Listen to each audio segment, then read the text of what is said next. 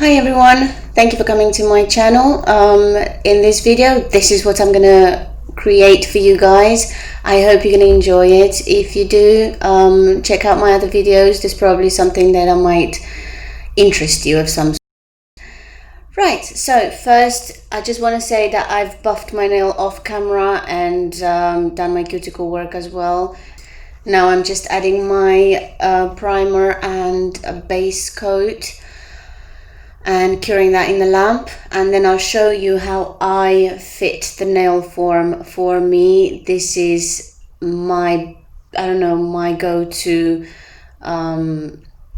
way, but you know, everybody's got a way to do it, and the more practice you have, the better you get. So you know what, even if you have no clients, practice it on yourself, practice on a mannequin hand or whatever.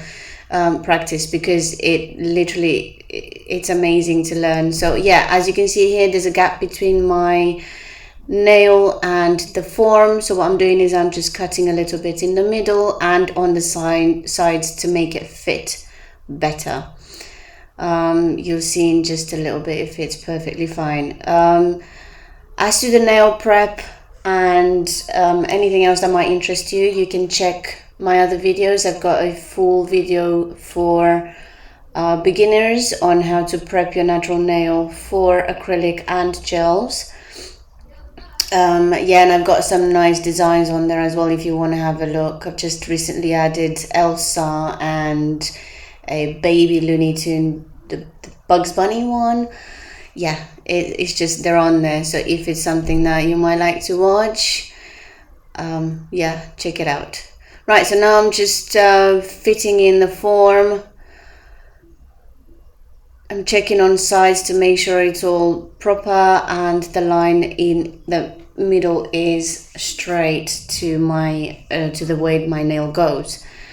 Right, as I'm happy with that, I'm just squeezing the top bit so I can make it more curvier for me, because I like that shape a lot. And yeah, that's what I've recently learned from my good friend and cousin. She showed me that technique and I loved it ever since. Right, so unfortunately I didn't record. I don't know why I didn't record. Again, guys, bear with me. I'm still new and I still make mistakes. But I didn't record how I done the gel on my natural nail. But I've recorded how I done the extension, so that's a good thing.